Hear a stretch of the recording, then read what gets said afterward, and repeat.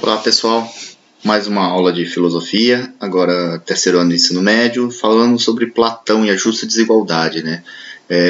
Baseado aí no livro A República de Platão, que vai explicar um pouquinho como é que se organiza a cidade, né? E como que ele justifica a desigualdade existente na cidade, para uma harmonia do bem coletivo, né?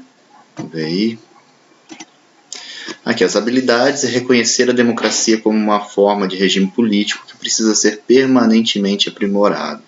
A gente vê que a democracia dá trabalho porque ela precisa ser comentada, sempre está tendo uns acertos, né? Por isso que a liberdade ela é essencial na democracia. Reconhecer o caráter insatisfatório, ingênuo e até mesmo ideológico de certas explicações normalmente aceitas pelo senso comum para o problema da desigualdade. A desigualdade é um problema profundo na sociedade, né? Então a gente vai começar a ver, vamos ver outros filósofos, e a gente vai começar a analisar como eles veem isso, que não é uma coisa assim, é porque sempre foi assim. Vamos um pouquinho mais a fundo no assunto. Conhecer e dominar aspectos do pensamento de Platão e operar com os conceitos platônicos trabalhados. Você vai aprender mais a enxergar o mundo, né? Filosofar como Platão, inclusive a nossa política. Dá para a gente dar um ponto de vista diferente, mais filosófico, quem sabe. Então, a República de Platão e a teoria da alma. Ele fala a gente já começa falando da justa desigualdade, porque ele divide a alma do ser humano em 3 partes.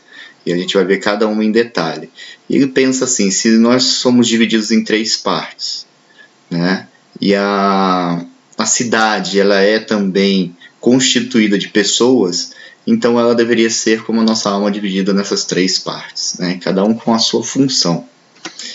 A parte concupiscente ou apetitiva, ela é mais ao conforto, ligada ao conforto, né?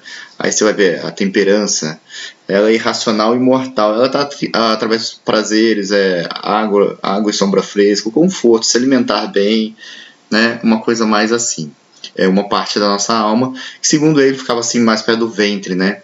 Tem algumas psicologias do corpo que falam um pouco, desenvolvem mais essa teoria, né? Que a pessoa que anda com a barriguinha um pouquinho mais para frente, dizem que ela valoriza mais essa parte da alma. Mas isso é outro assunto, né? Seria dentro da psicologia e do comportamento.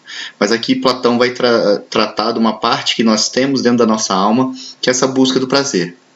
É uma parte irracional e mortal, né? E a coisa para ela é a temperança, aquela vida tranquila, né? Sem muitos perigos, altos e baixos, você conseguir ter aquela tranquilidade, uma coisa boa, uma vida bacana. Quando essa função da sua alma ela cumpre harmoniosamente o que ela tem que fazer, a gente vive com temperança. A parte colérica ou irascível é a parte nervosa dos instintos violentos, né? Seria a segurança, né? A parte envolvida com a segurança também.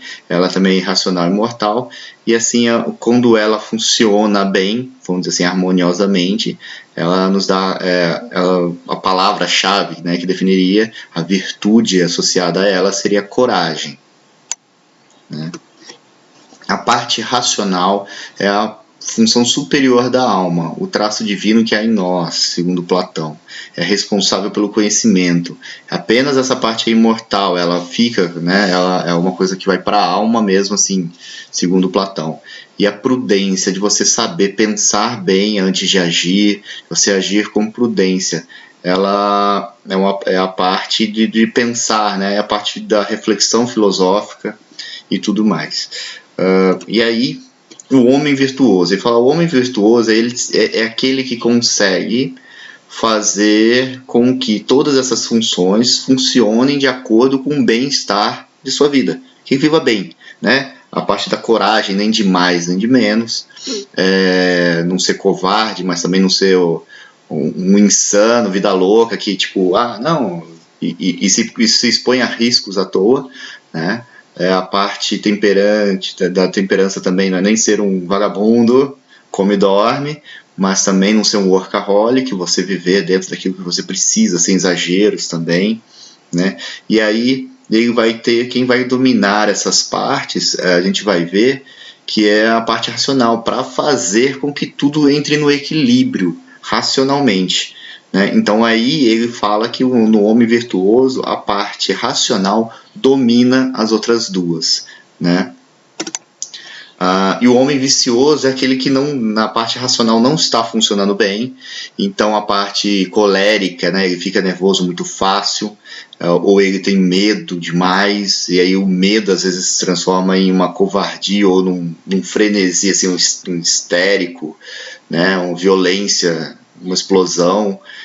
Temperança, ou ele está jogado, ou ele está trabalhando, assim, desesperadamente, então vive tudo em conflito e desordem, né? Violência contra si e os demais, né? Se a gente pensar, tem coisas que nós fazemos, a gente fica pensando, tem muita coisa que a gente faz que é violência contra nós mesmos, né?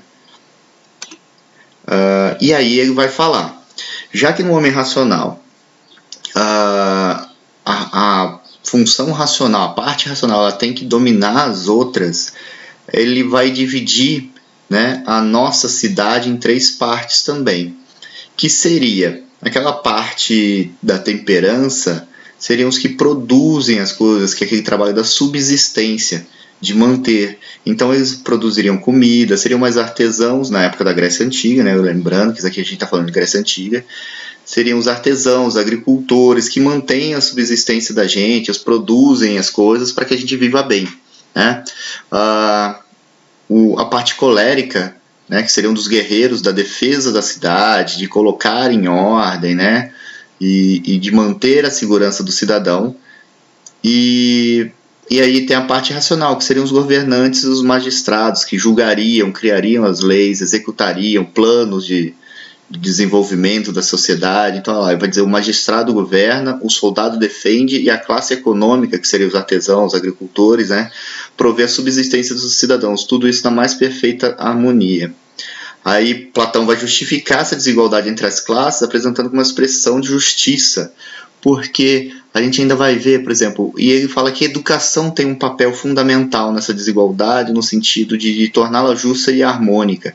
Aquela pessoa que é mais temperante mesmo, mais concupiscente, que está lá, ela vai querer trabalhar com a terra, uns trabalhos manuais, não vai querer se preocupar tanto com as leis, e vai falar assim, não, eu não nasci para estudar essas leis, então ela vai ter uma educação voltada para isso.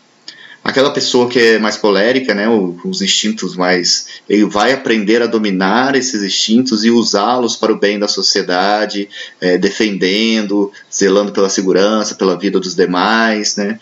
E aí os magistrados são aqueles que privilegiam mais a parte racional, teriam uma formação para governar. Ele fala dos reis filósofos, que os reis deveriam ser filósofos e deveriam estudar, né, estudar muita filosofia.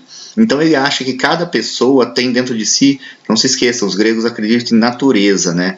Você nasce para algo. Isso aí já é muito questionado na filosofia contemporânea e talvez até alguns aí até tragam alguns debates do senso comum já falando nisso, né? De que a gente não nasce para algo específico, mas eles acreditam na natureza.